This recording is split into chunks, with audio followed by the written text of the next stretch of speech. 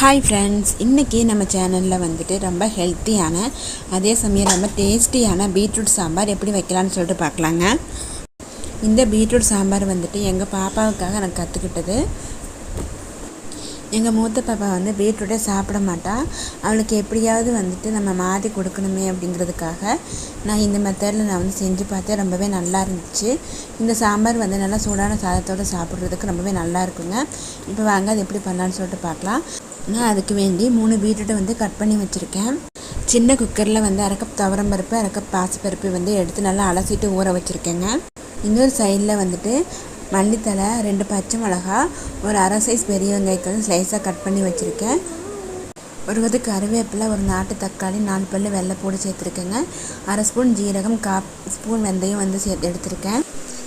2 spoon sambar தூள், 2 pinch பெருங்காயம் எல்லாமே சேர்த்து உப்பு சேர்த்துட்டு மொத்தமாகவே சேர்த்துடலாங்க. பருப்போட எல்லாமே மொத்தமாக சேர்த்துட்டு ஒரு 4-5 விசில் கிட்ட விட்டுடலாம். இந்த மாதிரி 4-5 விசில் கிட்ட விரும்பும்போது எல்லாமே நல்லா மசிஞ்சு வெந்து வருங்க. இப்போ பாருங்கள், எல்லாமே நல்லா வெந்து வந்துருச்சு. இதை வந்துட்டு நல்லா மிக்ஸ் பண்ணி விட்டுடலாம். இந்த மாதிரி மிக்ஸ் பண்ணும்போது பீட்ரூட்டு பருப்பு எல்லாமே வந்து ஒன்று சேர்ந்து வரும்.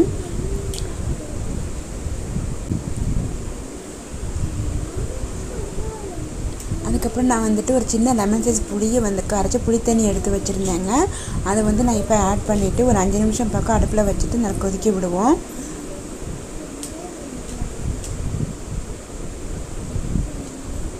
சாம்பார் நல்லா கொதிச்சிருச்சுங்க. நான் இப்போ வந்துட்டு அடுப்பை ஆஃப் பண்ணிட்டேன். இதுக்கு வந்து சின்னதாக தாளிப்பு மட்டும் கொடுத்துர்லாங்க. நான் அதுக்கு வந்துட்டு ஒரு சின்ன வானொலியில் வந்துட்டு 2 ஸ்பூன் ஆயில் விட்டுருக்கேங்க. ஆயில் நல்லா காஞ்சி வந்துருச்சுங்க. இதில் நான் வந்துட்டு இப்போ 1/2 டீஸ்பூன் கடுகு சேர்த்துக்கிறேன். சேர்த்து நல்லா பொரிக்கட்டும். இதோட வந்துட்டு ஒரு 4-5 சின்ன வெங்காயமும் கொஞ்சமாக கறிவேப்பிலையும் சேர்த்துருக்கேங்க. இது நல்லா பொரிஞ்சு வந்த பின்ன 2 பிஞ்சு பெருங்காயம் சேர்த்துக்கலாம். இதுலேயும் நம்ம லைட்டாக பெருங்காயம் சேர்த்தா தான் சாம்பார் வந்து ரொம்பவே நல்லாயிருக்கும்.